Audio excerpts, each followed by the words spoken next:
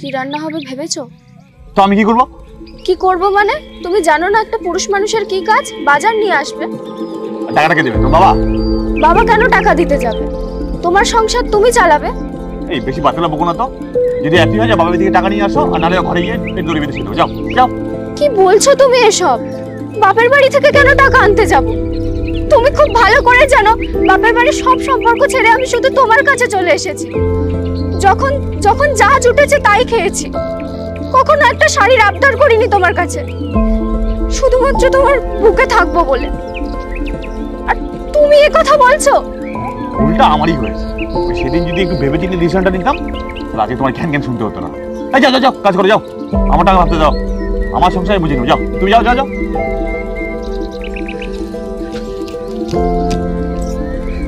কিরে, এইভাবে মনমরা হয়ে বসে আছিস? কি হয়েছে তোর? জয়,